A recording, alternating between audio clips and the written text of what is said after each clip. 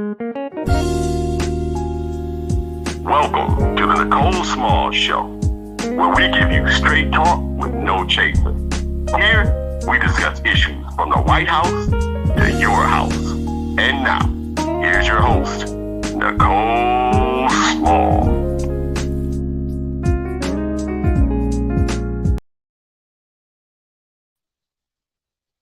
Good morning. Welcome to, what's today? Tuesday, the Nicole Small Show. Today is Tuesday, March the 1st. And a couple things we want to talk about: the war, the new appointment to the Supreme Court. And we need to just talk about a few things that are going on locally.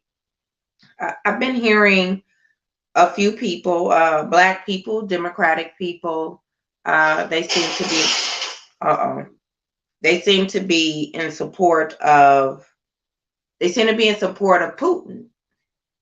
I don't know where that part comes from. Listen, while I definitely, I'm glad that President Biden has decided not to put troops, get directly involved in the Ukraine war. I do support us having troops around the border and with NATO. I do support sending over money, and this is why. You let Putin get what he wants, bring back this whole idea of having a Soviet Union. You best believe we're going to be in trouble. You get that kind of person, that kind of power, it's just not going to be good for the United States either. And then we're going to be in a whole nother debacle, in my opinion. I'm not a fan of wars at all. I'm not a fan of deploying soldiers to go over and fight other people's battle. By no means am I, but beyond being psychopath and he's just greedy. This is why he wants to do this. I don't see any other purpose. You have a lot of people in Russia who don't support this war. I don't know if they're going to keep saying it because he's probably going to kill them. But, even other Europeans, so some of the sanctions that have been in place to restrict his access to funding through the Swiss banking system probably needed. But my prayers are out to all of our soldiers because there are always casualties in every war. So for any of them to be deployed for such nonsense, this just doesn't even make sense to me.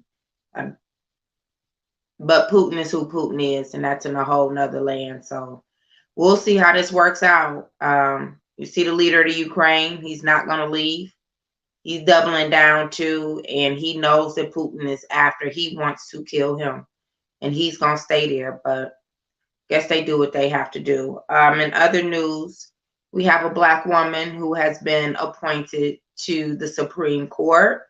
Long overdue. Definitely should have happened with our previous president. That would have been great for him to appoint a Black woman to the Supreme Court, but he didn't. And I just wonder, what are people's thoughts around the fact that Biden has appointed a woman of color as vice president. Now Biden has appointed a Black woman to the Supreme Court. Like, does that change your feelings about him? If you had any reservations, right, this time about supporting Biden for the next election in 2024, does this change your opinion at all?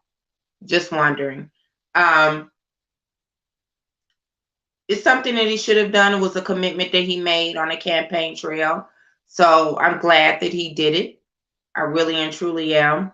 I still want him to pay off my student loan debt. And so I'm not backing down from that. And I just have to say that just in case some of y'all out here in the world forget.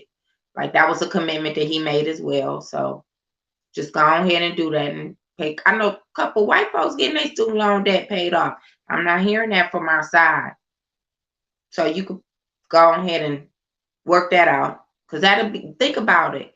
It would give us more access to being able to invest, right, and other things. It would reduce our debt ratio. I'm just saying, just it would help a lot of us out. You want to do something for Black folks, you can go ahead and remove that student loan debt. I'm still on that.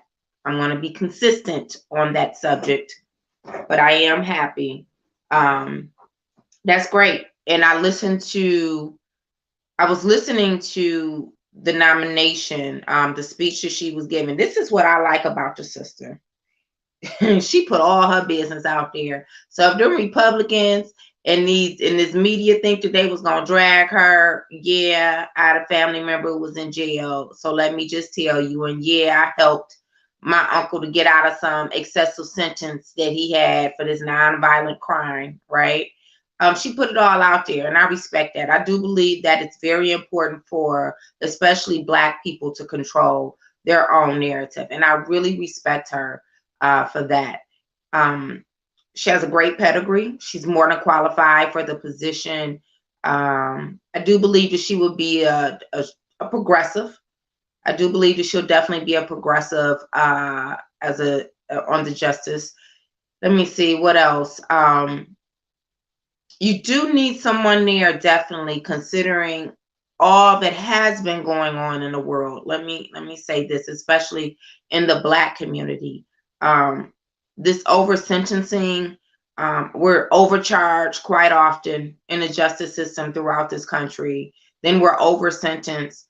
You need someone there who understands the law, how the law is often manipulated to abuse Black people, right? To take advantage of them. There are so many disadvantages in this system, so many disparities, and we see it all the time. And it doesn't matter whether or not we're the defendant or we're the victim, right, of a heinous crime. So you need someone like her who understands the law but has the lived experience of so many African Americans, despite your economic class. Because, see, that's the thing. We are regressing so much in this country. While we see what has happened to George Floyd, a man who struggled with some substance abuse, no reason, no justification for what happened to him at all. When you look at a Dante Wright, a young man, right, and you have an officer to slaughter him too in the streets, claiming she thought that she pulled for her taser, but as soon as she seen that he was lying there dying on the ground, she calls for help for herself. See, to save herself. And that's what I wish more of us would understand. How you need to be worried about saving ourselves instead of always saving somebody else, because that's how they treat us. But you also have, I know Black men who are professionals, don't have a record. And if you have a record, if you have some challenges in life, it's no justification. But I just want to say that this happens to our people despite their economic class, despite their background. Look at Trayvon Martin. This young man walking home. What the hell? They don't care. It's just about the color of our skin. And so again, we need someone who knows the heartbreak in our community, right? And what's happening. We need someone who understands that when it's a Black brother or sister being brought to that level of the so-called justice system, that they need to take a look at their lived experience and how sometimes there are so many biases that will land a Black person in front of her on the Supreme Court that are just not just and fair. We need someone like that. So I definitely, I'm glad to see that happen. I am, it's what was supposed to happen. So I don't want to give so many kudos for somebody doing their job, because that was Biden's job. It was a commitment that he made on a campaign trail, and he did it. He fulfilled it. So that's great. We always get promises, right, from so many so-called politicians that are not fulfilled, like my student loan debt that I really hope that he get on track to go ahead and pay that. Just saying. Yeah. Oh, please. I don't think she's going to be like Clarence Thomas. That's what I hope that she isn't. Listen, I can't promise what somebody else is going to do. But here's my thing. Just listening to her speak, looking at the work that she has done. Clarence Thomas was never that person before he was appointed. The reason why Clarence Thomas was appointed was because he would be stepping and fetching to whatever the white man, he made white folks feel safe. I don't know if this woman has made white folks, well, she married to a white man, so I'm quite sure he feels safe. You know what? That Biden think he's slick. Wait a minute now. Hold on. VP Harris married to a white man, and this sister married to a white man. Black men, y'all better get it together now. Y'all listen here. Y'all better get it together, because ain't that something? I still think she qualified. I don't care. I still think she qualified. It doesn't matter. But isn't that something? She married to a white man, and VP Harris married to a white man too. Huh. Maybe them white men make him feel safe. However, they both qualified for the job. But that's something to think about. And then Obama mama was white. That's why y'all didn't get that Stacey Abrams up in that cabinet, because she too black for y'all. I don't know. I'm gonna have to do some checking about that. I don't know what's going on around here. I'm gonna have to check into that. But I don't know about her being like Clarence Thomas. I hope not. I really and truly hope not. I just see, let me say this. I've said this before, even about VP Harris, when everybody was calling her black. I didn't hear her out here calling herself a black woman.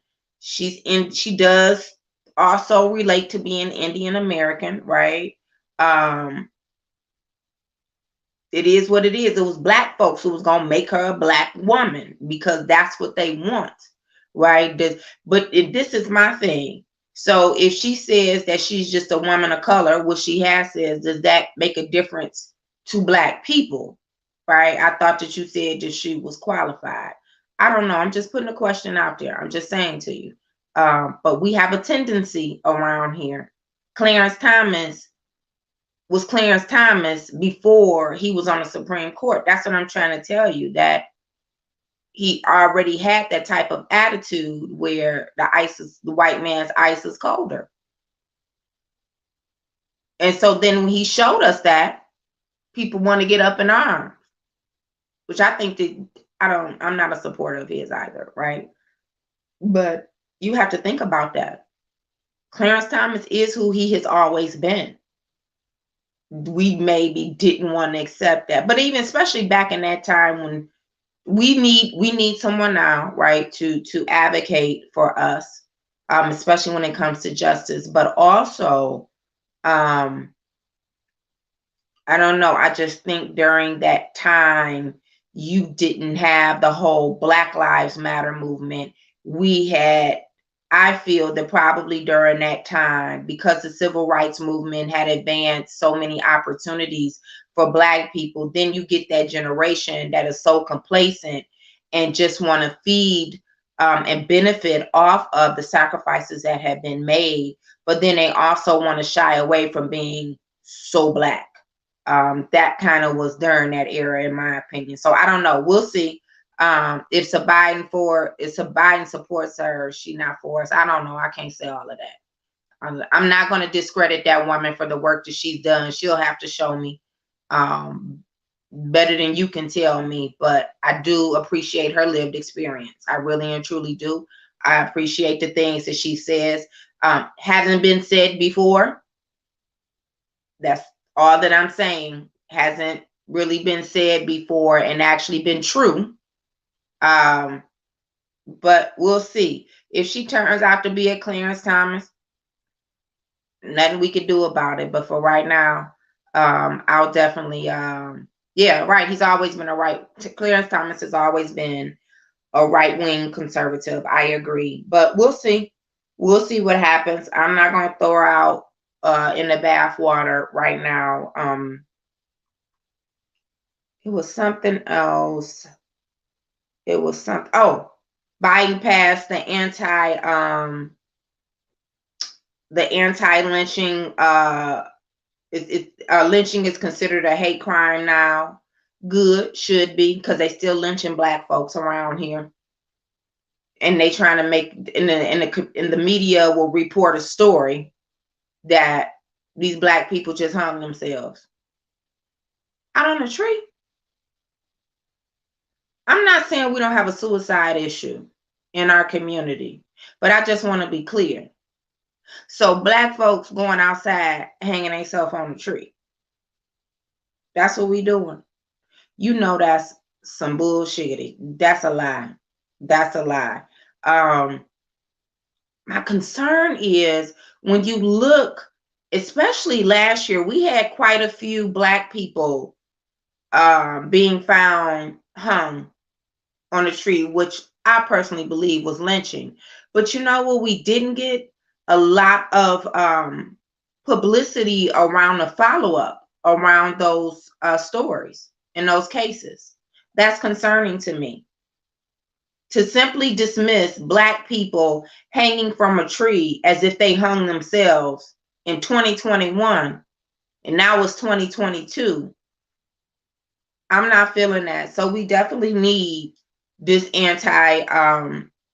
we need lynching to be considered a hate crime, right? But we also need public safety to do a real thorough investigation and find out who's doing these crimes. Listen, if George Floyd would have just been found on the street, dead or in some back alley, if they wouldn't have done that in broad daylight for people to record and to witness, he might just would have been another statistic, right? And they would have just chopped it up. He was a drug addict and it was a drug deal gone wrong. They probably would have tried to tell us that he OD'd. So because we don't have any video footage or any tape of these people who are hanging for trees, does that mean that there shouldn't be just as much effort around investigating these cases? So in order for this bill to really have some impact, we need these police departments to do their job. And still to this, I haven't heard anything. And I think that there were at least 4 cases that we were seeing on social media in different states. Even a young lady was found hung. Like, give me a break. So that part needs to go along with it. We need police officers to make sure that they're going to actually investigate who are hanging our people so they can get a stiffer penalty, whoever did the hanging. Might be some officers doing the hanging, like, who knows? I don't know. But that's good. So he passed that. Still kind of waiting on this George Floyd bill. And this, I don't know if the voting rights thing gonna go down. A little concerned about that. I didn't bring my water. Still a little concerned about that. In qualified immunity, I don't know if they'll do that. We keep talking about it. Like, what would that take? You want me to tell you why I don't know if they're gonna end qualified immunity? Is because then how are they gonna campaign to the police officers and the retired police officers? I don't know if veterans will support that. That's all they worried about, is how they gonna win the next election. I'm just being honest. So it'll be interesting to see what they're gonna do, but I don't think that they're gonna end it personally, and it's just for that reason. Just for that reason alone, is because no one feels that they can win an election if they support ending qualified immunity. That's the problem. What else? So yeah, a couple of things that we still are owed. Like I said, 2024 is the next election. But you know, like, what is your, again, does this make a difference to you? Like those 2 things. So now we have a Black woman appointed to the Supreme Court. Then we have this bill that lynching is now considered a hate crime. Will that alter your decision if you were on the fence Um, if you were on the fence before about Biden. Just curious. I don't know if it will. But congratulations to soon to be Justice Jackson on her appointment, and we'll see how that works out, right? Let's move on to local news. We already talked about is anybody new in the running in the 13th this week? Maybe I should start off with that, because man, this list getting mighty long. Anybody new running in the 13th this week? I don't think that I've heard anything about that. Still concerned about these state rep seats. Not hearing a lot about new people coming out. Who's going to run for what? Who got white folks running against them? So let's see. You have Roslyn. I'm going to have to do a show just about these state reps and state senate seats. Did I tell y'all I heard the Scott Benson running? Is he running for senator or is he running for House rep? I can't remember. One or the other. But Scott Benson over there in District 3, I heard he running. Did y'all hear that? Because he wouldn't have to step down from city council to run. But I think it's funny how when Russ Blount wanted to run against him, he raised all kind of hell and had Russ Blount to be removed from working for Wendell Bird up there as a I forgot what Russ's position was, but he worked for Wendell Bird, and Scott Benson raised all kind of hell and made him have to step down to be, go on a sabbatical or whatever. But I bet you he's not gonna step down from city council running. I think he running for state rep over there. But that Scott Benson nervy. He might be running for state senator. Y'all better watch out now. So that means, will he run against Stephanie Chang? Y'all better show up over there on the east side. That's what I'm trying to tell you. You better show up. But that's nervy though. I'll say that much. If Scott gonna really stick his head out there and he gonna run and you just had your house raided by the feds. All right now. But what y'all gonna accept? That's the point. He might appeal to some of them white folks going across 8 Mile. I'm just telling you. You better watch out. He is a slickster when it comes to talking. But that's not my area. And so, Benson's office was raided, but so was his house and his chief of staff. He don't seem to care. You want me to tell you why? Because y'all like to elect criminals. That's why. You like it. You love it. That's not the kind of name recognition you supposed to want. Y'all like to elect people, not just criminals who've been out here in the street. Y'all like to elect the people who done did wrong to the people. Y'all like that. Make you feel good, all warm and fuzzy inside, I guess. And then when they commit a crime while they in office, you don't even raise hell about getting them up out of the unseated. Never seen anything like it. But that's Detroit for you. So we'll see. But these state races ought to prove to be interesting considering how they've redrawn the lines. That's the thing. So let's watch out and see who actually comes up. The problem is all you have to do is pay $100. So you won't see people out here with signatures. But I haven't seen a lot of people popping up on Facebook with their campaigns or anything either. Just a few people, incumbents, right? And that's that. Anyway it goes. So you figure Duggan had a stronghold on the Detroit caucus and the Black caucus delegation for our state reps and our state senators. If they turn white, he'll still have a stronghold, probably. Because even if they Republican, I mean, Duggan does well with Republican. He's mostly Republican-ish or esque anyway. So I don't see how that will make a difference. So the city will still, Mary Kavanaugh is not going to run for state rep. She is running, and that's over in my district. So she's going to run against Betty Jean Alexander and her father running in the 12th district. for 12th Congressional District for Congress, Phil Kavanaugh.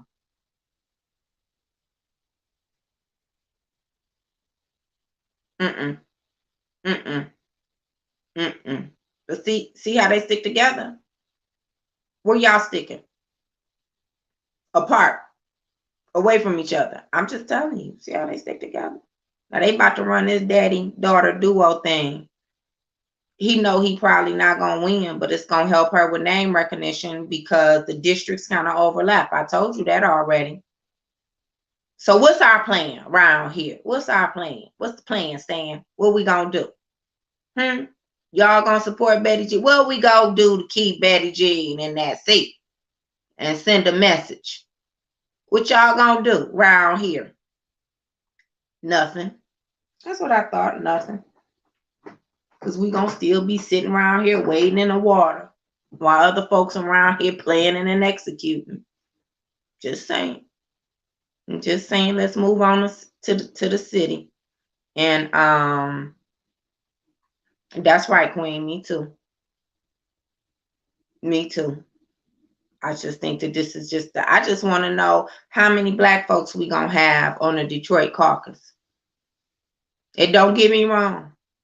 It's some of them folks running for re-election that I wouldn't support to be the person who carried the water to the folks while they playing basketball. I wouldn't even support them for that. I'm telling you. I would not. I would not. And you know, I love black, but I'm just telling you, it's some of these black folks is dangerous. Okay. Some of these black folks are the overseer on a plantation and they want massa to give permission to beat you. That's the problem. I'm not doing it. But it's some black folks that you can say what you want to say would do the same amount of work. Okay, you would get the same amount of productivity out of them as you would the white folk. So I'm saying that we need to see how many seats we gonna keep black on that doggone Detroit caucus, number one. And some of these black folks need to be sent a message that you gonna quit.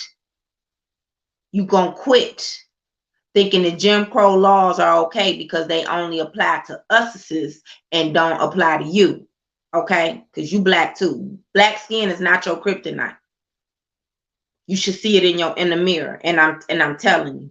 And I look at some of the people that y'all support, and you couldn't have a clue.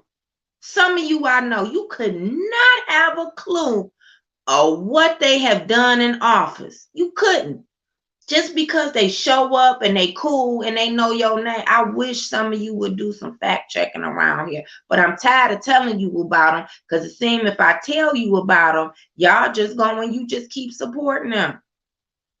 Some of these people don't care about these kids. They don't. Some of these people don't care about our community. But somehow they done hoodwinked you. And I'm not saying it because I don't like them personally. I'm telling you because of their behavior. Their actions. They don't. They don't. We got to stop this. We are the biggest enablers to the oppression of our own community. It's us. It's not about what someone else is coming to take. It's more about how we are the biggest enablers to the oppression of our own community. And it's because of the decisions that we make. I haven't always gotten it right. But one thing I will do is come back and tell you I screwed up. What I tell y'all about that, Roy? But I still was glad that Cushionberry, he needed to go because he was getting too wild out here and too arrogant. Because anytime you come into a jam-packed meeting, okay, and 88.999% of the people is over the age of 72, and they literally been voting for about 5 to 6 decades, and you gonna tell us that you didn't ask for this job, you was asked to take this job, and you got 2 other paychecks coming in anyway, verbatim. I was there at the 12th precinct meeting when we was packed up in that room, and that's what Cushionberry is a genius. But when you get to talking to your constituents like that, I think it's our job to make sure you don't have to take this third paycheck. You understand what I'm saying? Sometimes folks just get out of line. Sometimes we supporting people over here who done told black folks, instead of telling that white leprechaun downtown that he need to plow the snow, that they need to get out here in the streets and they could plow it themselves. Because that's what Marshall Bullock said when he was working for the mayor. Why don't we get out here and shovel our own snow? You out your, see what I'm saying? But y'all like that though. You like it. You like it. You like being disrespected. You like not holding people accountable because you so in love with liking folks. That's why. And then when you get the courage, these cowardly lies to think you gonna chin check me, don't find your voice with me. I don't find your voice with me and you ain't found it with these other ones. I know I'm not perfect, but I'm not out here trying to hurt you. You need to get clear about it. You do. And it's sad to sit back and watch. And how many of these people, and it's not just those people who are enamored with Duggan and Republicans. And let me say this to you. Understand that when you support people for nonpartisan races, it's different than supporting someone for a bipartisan race. It's different. See, some people don't have the backbone to be the not popular one at the table. All right.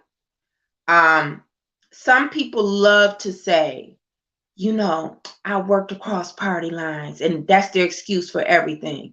Yeah, you do. Like if it's a Democrat or Republican seat, you know, a bipartisan seat, yes, you do. You have to be able to work with the other side.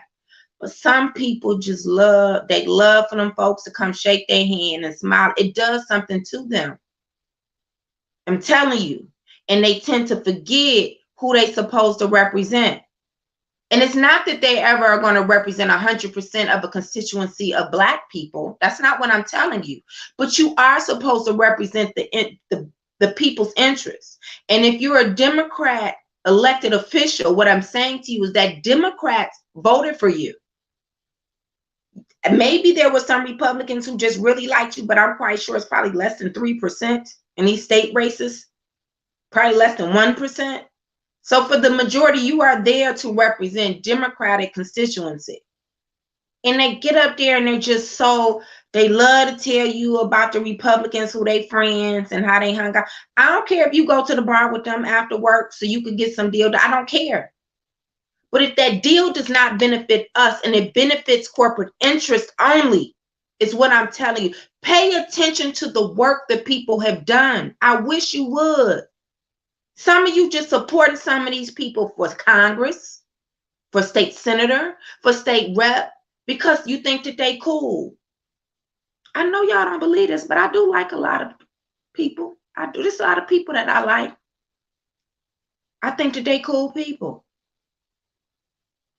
But ain't no way in hell I support them for office, and I just wouldn't. You gotta get enough of putting people into the lion's den. You sending them in there with a pack of wolves. And the reason why I'm telling you these Republicans are a pack of wolves is, pay attention now.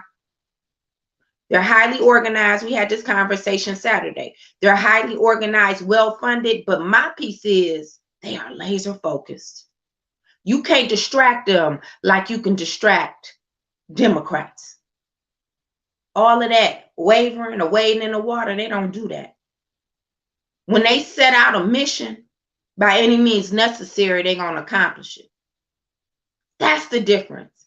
And so be careful when you're supporting these people for these positions. See, because city council is nonpartisan, right? We have some nonpartisan seats. And they can't get that right. But you support these people for these other positions, and you don't understand where you're sending them. It's not for them. It's not of their ilk, is what I'm telling you. To be that one, to remember who they represent. See, because one thing that I could tell you about this Democratic Party is that they claim to have all of these standards, but trust and believe, they get real iffy and shaky when it comes time to deliver. So just remember that. Think about, do your research. I'm serious about that, especially this year. These people that you are supporting, and I'm looking at you. And some of y'all I really respect and I like. And I don't think that you know about these people that you support. And I don't think that you know what they have really done. I don't. I think you know that they have served in other capacities. And because they don't have a horrible record of being on the news with the feds and all of that, you think that that's good because they talk a good game. But have you looked at what they've done? You should. You really and truly should. I'm just telling you. And I know the pickings are slim. They are. I apologize for that because the one thing that I always said that I wanted to do, it was never to run for office. I always said that I would like for us to create a political apparatus because we have no structure in this political infrastructure, right? We have no structure in it. We don't. We don't. So therefore, we can't support some of you that really are qualified and should be in office. So the pickings are slim, but just do that. Roy McAllister is running for a state rep. The new district, what is our new district over there? It's not the 10th, so will we be the, wait, I think the 6th. I'm gonna have to look, but he's running for state rep. I forgot. I think that they took the other side of Myers and moved it back towards us, if I'm not mistaken, for the state rep seat. I think that that's what happened, but I'll double check. But Roy McAllister is running for state. He's run for state rep before. He's run for council before. See what I'm saying? They just unseated you because you couldn't keep up at the table, and people felt like you just, I mean, every vote that you had was a sellout. Now, I'm just being honest. I live in the district. I know what the folks were saying. And so now you're going to go run for state rep. The part that kills me is this is the time that Roy should be supporting someone else younger to be in the pipeline. He don't even need the job. But what did I tell y'all years ago about this old guard? See, it's different over here in Detroit. Let me tell you about the old guard. They don't move on and become in an advisory capacity. They're going to hold on to that title and what they think is so much power until they go on to glory. And even when they go on to glory, some of them still holding on to the seats. So you got to wait till rigor mortis set in and cut that baton and get it. Now, I'm just telling you, that's how it go in the city of Detroit. And we're not doing anything to change that. And that's sad. That's really and truly, that's sad. So that's how it is in this city. And we just keep letting people just stay there no matter what. It's not being disrespectful. It's time for some folks to go of all ages, not just the elders. I'm talking about some of these young folks need to get right back on up out of there too. They really and truly do. But it's until y'all get tired, it's not ever going to change. Right? One thing that I'm just tired of, I'm tired of fighting the folks I'm fighting for. Like, that just seems asinine to me. But you know, everyone makes their own choices, and it's okay if you don't agree with me. I'm just saying, if you're not going to agree with me, then you should be able to back yours up. Besides that, that's just what I want to do. That's it. That's it. So let's see who else comes out for the congressional district. I still haven't heard anything else for the 12th. We have Janice Winfrey, Chanel Jackson, and Rashida Tlaib. I still believe Rashida Tlaib gonna win. As it stands, right, I don't see anybody else. I don't know if any people scared of Rashida. I keep telling you they scared. You know, they be talking all that tough talk, but they scared of that Rashida.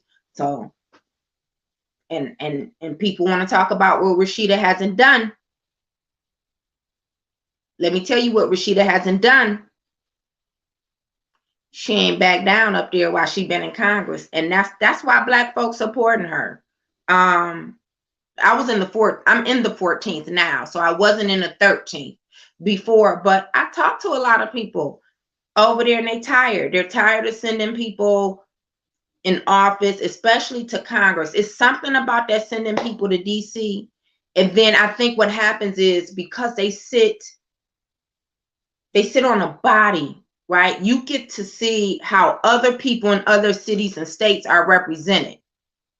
And then to sit there and to have to watch the person who's representing you be silent and cowardly, they don't want that. Now, if we could just channel that same energy and that same mindset to these local offices, boy, what a different world this city would be. I'm telling you, what a different world this city would be. And so I get the concerns that some people have that Rashida isn't representing Black people's interests. Like, you live there, so I guess I will have to respect that you have some concerns about it. I don't know. I can't say that I support that Rashida supports Palestinian interests. Like, how many Palestinian people do we have living in the current 13th congressional district? I'm just saying. Not many. So that can't be the interest that she's supporting, right? I do believe that she's too progressive for some people's taste. But again, there are a lot of Black people that I see volunteering for Rashida. I ain't talking about paid staff. I'm saying volunteering. And Black women come out for her. Black women and white women come out for Rashida. So now her district is she's going to get more people in Dearborn. Shoot. I don't know, but I told y'all Janice Winfrey had 40% over John Conyers. Y'all better, that's that new math down there. That's what I'm telling you. So watch out. Watch out now. Let's see what's going to happen. But I believe as it stands right now, and Rashida's a hard worker and she's a hard campaigner. This isn't for me to sell her to you. What I'm telling you is these are the facts. Like, when people when Floyd Mayweather and Muhammad Ali and them, before they would go into a fight, you study your opponent. Rashida is a campaigner. Some folks just talk that talk. She gonna walk that walk. And I haven't seen. Now, I could be wrong, but I'm probably not. Right now, I think her biggest contender opponent would be Janice Winfrey, right? But there are seniors who love Rashida too, Black seniors. I done seen her in the room. That's what I'm trying. I have seen her in a room, but I haven't seen Janice Winfrey campaign since she ran. I don't know what her knocking on the door. I don't know if she gonna get out there like that, because Rashida gonna get down. So I don't know. This will be interesting. It'll be my new district, so I'll let y'all know what I start receiving. Now, that's what I'm gonna say to both Rashida and Janice. I don't live in the 13th congressional district, but let me tell you something about that doggone Adam Olier and that doggone Sherry Gay. Them two, they don't give me a break off my email. Do you hear me? And that Adam want to text you too.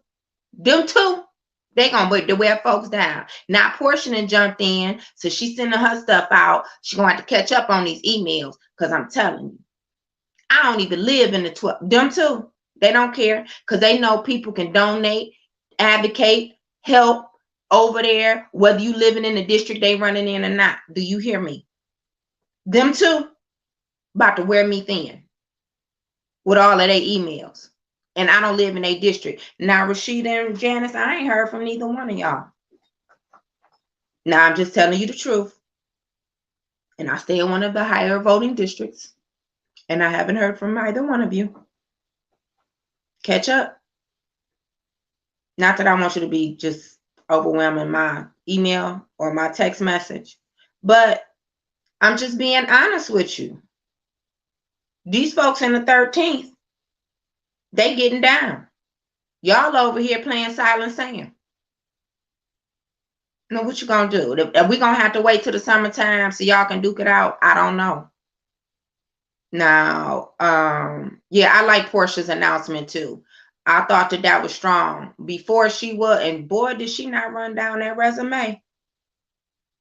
Did that Portia Robertson not run down that resume? I was like, well now. All righty. And they were factual. Because, some folks get out here and they get to talking about all of this stuff that they have done. See, what we don't know, this is where we should get better as a people.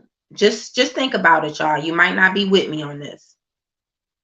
When these folks start going to Lansing and they start telling you about all of these bills, see, it's the difference between you sponsoring a bill and you signing off on a bill. I'm just telling you, know the difference. A lot of these people didn't actually, you didn't sponsor it. So it means it didn't really come out of your office. It wasn't you and your staff, your committee who crafted, right, was the trailblazer behind it, but you did support someone else's effort around it. Know the difference, right? And when people start talking to you about the revenue they brought back to the community, this is what I want you to pay attention to. Where did that money really go? Was that money that had already been appropriated for years and years and years from past elected officials in that position, and you just picked it up? If you did, I don't care how the money comes back to the people as long as it comes back in a meaningful way, right? I don't care if it started with somebody else and you continued it. I'm just telling you that people have a tendency to take credit for things that they haven't done and to embellish. Know that in all levels of government. So you might want to check into that before you be supporting these people. So that's that. I think that's all for the state and everything. Let's get into city council. So there's a lady, Carol, I can't remember what was Carol's last name. She too was listening to the city council, obviously, yesterday. And she saw that, here, let me go back to my Facebook page. What's her name? Carol Hughes. I hate when I post. Okay, yep, Carol Hughes. Listen to this. She said that this is contract number 63839. This is on the agenda. Vaccination grant funding. So if any of you wonder, how is it that some of these community spaces and these churches are now, how do you get selected, right, to become a facility to offer vaccinations and testing? Always know, go where the money goes. So listen to this. To provide facility rental and related building services and expenses for a COVID-19 vaccination clinic contractor. The contractor is the Detroit Association of Black Organizations, DABO, right? That's right over there, corner of Wyoming and Grand River. And we do know that they have been promoting COVID vaccinations and COVID testing for quite some time. They have. The contract period upon the city approval will be through March 31st, 2022. So 228. Okay. Now, keep in mind, I know that's right around the corner. A couple of things that you should pay attention to is that where I'm concerned is, so you're just extending this out until the end of the month. Okay. That's a little alarming because COVID isn't going anywhere. But we do know that a lot of the mask requirements and everything are about to be lifted, right? If they're not already. So they only want to extend it to then. So for the next, today the 1st. This came out yesterday, the 28th. Today the 1st. For the next 30 days, guess how much this contract gonna be? $91,280.73.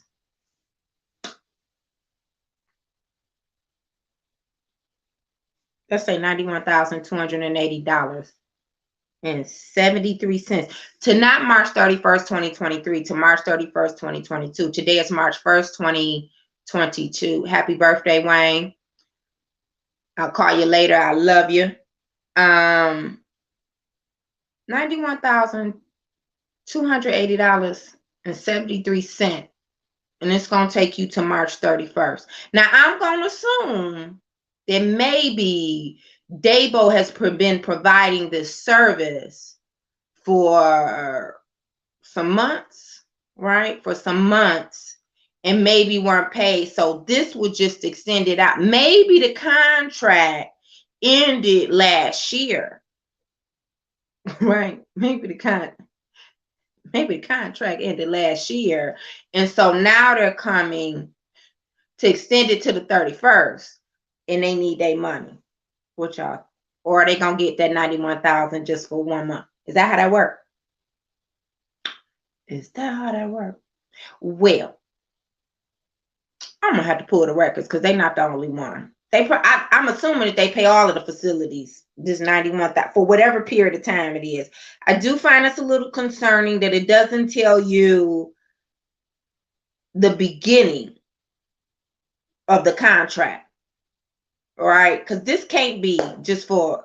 It went to the Public Health and Safety Committee on 2/28/22, which was yesterday. This contract can't be for 31 days. If it is, let me tell you, I have a home where I can accommodate a couple of people, and we can open up the doors. Let the church say amen, amen. $91,280.73. Come on through. Just park. Come on through. I might go to school. How long you gotta go to school to learn how to give out that doggone this doggone vaccine? I could definitely test you. I know how to do that from home. I'm just telling you, $91,280.73. And let's not just think that this is only Dabo that's receiving this type of love from the city. We have other facilities. Hey, we better make sure they're receiving the same amount of love. And no wonder why everybody's so concerned about telling folks to get this vaccine. See, let me tell you something. And I said this before, and I wasn't even trying to be funny. You know, I'm not a person who believes that you should have news anchors, these celebrities, and all these other folks telling you, go get your kid vaccinated. You go get vaccinated 3, 4, 5 times, all of that. You know who I listen? Your doctor. And a lot of the doctors are telling you to get vaccinated. And like I was looking at a Beaumont commercial, I just want to say this. They had a man standing out there. Now, I know he wasn't no doctor. He was white man with a 5 o'clock shadow, looking like he had just came off of a binge, right? He didn't even have on a proper type of shirt with the white coat on it. And I know it's just TV. But do you see how you can't even trust some of these folks? Why they acting like they so... Do you notice how some people have such reservations about getting a vaccine, and then next thing you know, you start hearing from so many people in the community, this why? Look at how much money they getting paid. And you should tell people to get vaccinated because you really believe that the vaccination will flatten the curve. But some of them didn't start talking. And I told y'all this, I told you last year, it was money in this.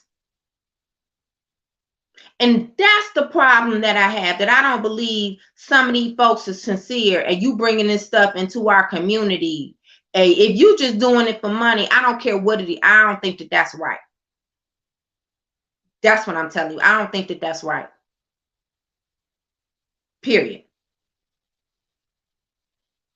Now, if you care about the community and you care about this COVID, that's one thing. But if they, again, I just want to put this out there because I know, you know, the city people, they do listen to this show, even though I can't never see them. If y'all out here giving out $91,280.73, I cut a deal with you, and you can only give me, you can give me less than that. You can give me $70,000. You ain't got to give me $91,000. I'll open up my house for some folk. Ain't nobody coming in there no way. Go ride past these places that's doing COVID. It'd be like crickets to go get that vaccine now. We in 2022. People who wanted it then probably already had it. And I'm not saying that nobody else wants it, but for the majority, do we need as many facilities open, paying that kind of money? Think about it. When you ride past these places to say you can get the COVID vaccine, when we do have a line, it's for testing, right? Nobody going in there to get this vaccine. So will the city council, this is where I want y'all to pay attention to me, will the city council inquire to see how many people have gotten the vaccine in the last 6 months before we approve this? Will they? Because you know it started here and went. Remember when folks used to be lined up to go get that vaccine? And that's right. And you see these same people getting paid for these commercials. Let me tell y'all something about how our people will show up in various ways for $1. And it's not always good. And we need to pay attention. Anything that has been done to the Black community, right, that is not in our best interest, has always come with using somebody who look like us. And I'm not saying that's what they doing. That's what the vaccine represents. What I'm saying to you is that's your money. And if we don't have as many people, if you got 60-some% of the people here who've already been vaccinated, you said herd immunity was going to be what, 72%? You almost there. Do we need to spend this much money? That's what I'm asking you. Do we need to spend this much money to give to all of those facilities when they're not bringing in the people to get the vaccination? Do we? Yes, you should pay facilities for operating expenses. I agree. Yes, people should get paid. If you open up your doors to use it for a certain purpose, yes, because it takes, and listen, like my dad said a long time ago, okay? You let somebody start coming in your house staying, you better tell the man it costs to flush the toilet, it costs to breathe in the heat of the air. Turn the lights on, all of that. I agree. They should be paid. But you think about the number of facilities, and a lot of them are these churches. Or a lot of them are the people who have, definitely aligned themselves with the mayor. Because I know of some other churches that need to be getting some of this doggone money that are really doing work in the community of where they don't even have a vaccination place in proximity to that area. But don't you think your city council should ask these questions? Because I do. I do. 91,000 for how long? And seeing, I'm about sick of this half-baked information on these agendas. You know you're supposed to tell us how long that contract is for. So I'm gonna be listening today. And I'm gonna call in to city council at 10 o'clock in 1 hour, y'all. 91,000. Let me tell you what else I need. If y'all gonna call in the city council, budget hearings start today. The schedule is on the city's website. I'll try to post it.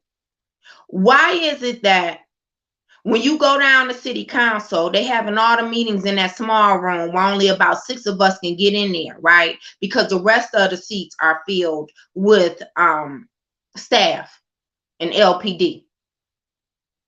Why not open up the auditorium? This is budget hearing time. Let me tell y'all something. Hear me right now. For those of you who want to sit on the sideline, talk about you going to give city council a chance to, before you start holding them accountable. I don't know if you really understand how this thing works. The accountability has to start now because this is budget hearing. What happens with the budget determines what the rest of the year going to look like. Once that budget is approved, It's over with.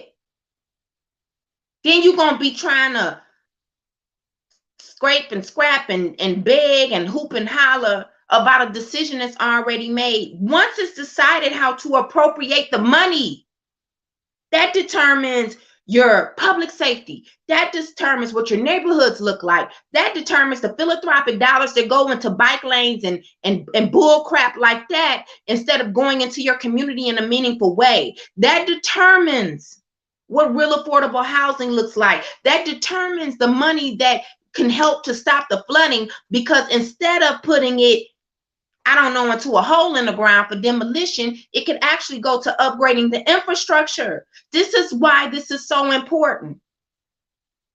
It's budget hearing time. All of that is about to be decided in the next month. You don't have no time to wait. Please understand that. You have to stop this. And I know some of you really like the people on city council. Me too. But stop all of this. This ain't your family, okay? And if it is, you should still have the same attitude as what I'm about to say. You need to treat this as business. If you had a small business or a large business and somebody worked for you and you were paying them as an employee, would you be giving them 60, 90 days to do their job? No, you wouldn't. And I don't expect everybody to get everything right, but let me tell you something. What I'm seeing coming down the pipeline right now, this is a problem. This is a problem. They're not advocating the way that they said that they were going to advocate. Folks up there fumbling, can't keep up, don't know what's going on at the table about nothing, and asking a whole lot of empty questions. You think because somebody talk with passion and conviction, you better listen to what they're saying. A lot of these questions are a mute point. They mean nothing. Now, again, this is budget hearing starts today. Get it together. But we need to be demanding that these meetings move to the Irma Henderson Auditorium, so all of us can go down there that want to go down there. Hell, we could have 2 people in a row in social distance. But if we allow them to keep holding these meetings in that small room, that's to alienate a lot of us from this process. No. The mayor's holding his meetings on Zoom and in person.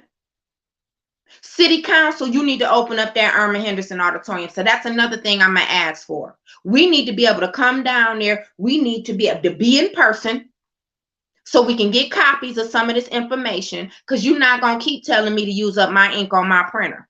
I want to come down there and I want you to print it out. That's what I want.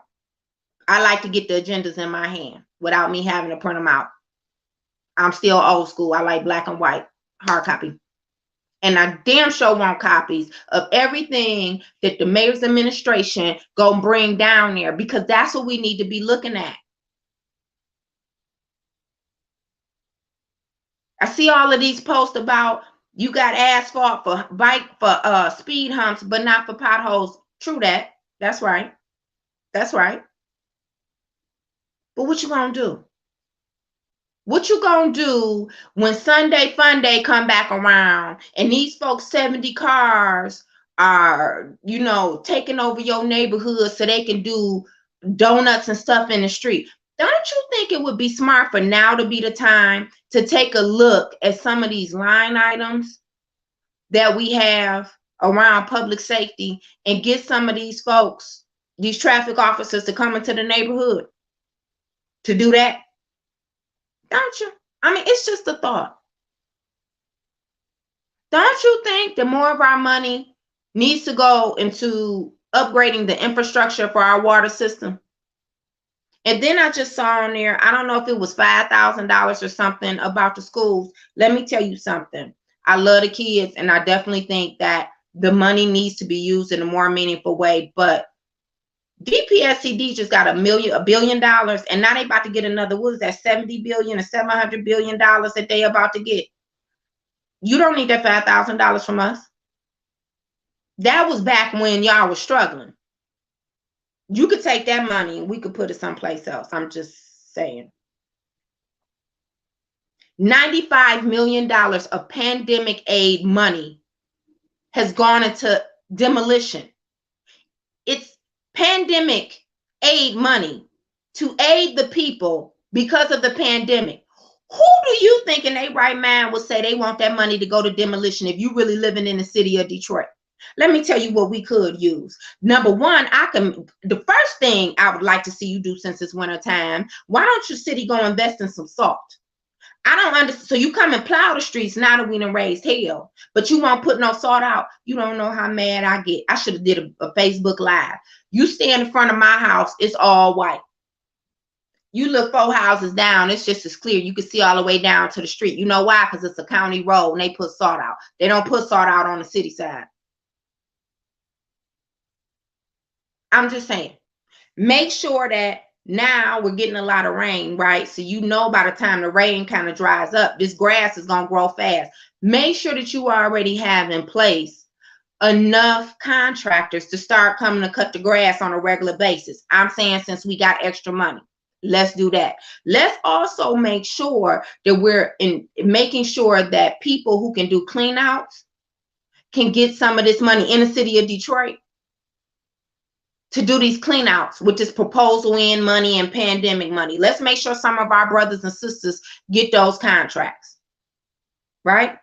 Let's make sure that we support some of these small businesses that we have, and we actually help some of these entrepreneurs to get, you know, like the new facade facing and all of that stuff on their businesses or whatever they had, because you got a pot of money for them too.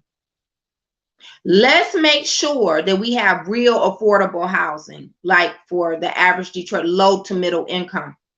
Let's do that. Let's make sure that, why don't you put some of this money, if you could put $95 million, just think about this. If they could put $95 million of pandemic aid money into demolition, you gonna tell me you can't put $95 million into the water fund to help people pay off these water bills? I'm just saying. Because that RAP program only going to reduce it. It ain't going to pay your back bill off, is what I'm telling you. So why we can't have $95 million to go into paying off people's water bill? What about that? Let's put some more money into this, what is this housing trust that they have, which forces a lot of these developers who are getting all of these tax subsidies and everything, that they have to put money into a fund to help the communities, like, so with weatherization and all of that type of stuff, and to make sure people have affordable housing, right? And then why don't we put some money, then you could put another 95 million. We need more than that though, but you could put some more money into the home repair program. So we're gonna put 95 million of pandemic aid money into tearing down houses, but we're not gonna put more money into home repair to repair the houses. How that work? In what world? That's why I'm telling you, stop this garbage. We need to tell council president that she needs to open up the Irma Henderson Auditorium so more of us can come down there and participate. We're not going to fill it up. It's not going to be that many of us. I'm telling you, probably 2 of us can sit in a row. But they need to open up that auditorium. And that's where they need to hold these city council meetings. That small room, that's not going to work. Trying to block us from participating in this is a problem. And then, did you guys watch that reparations? The reparations meeting last week? It's a joke. It's a joke. It was a joke in the first place. We're gonna have the blackest city in this doggone country. We're gonna have a task force for reparations. All of that work that people like John Conyers have done, Joanne Watson has done, and others, a task force, and it's just a bunch of talking about nothing. I mean, it's sad to me.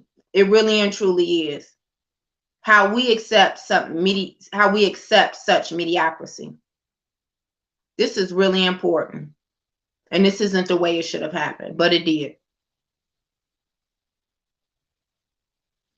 Oh well, let me get ready. But I am going to be listening in to City Council as well today. But if you guys can get on, raise your hand, ask them to open up the Irma Henderson Auditorium, so we can attend these budget hearings, and so we could get copies of this information. We need to be in person to be able to get copies, and so we can participate in this process. This is our money, and we need to have a voice in what happens. But most important, we really need to be informed.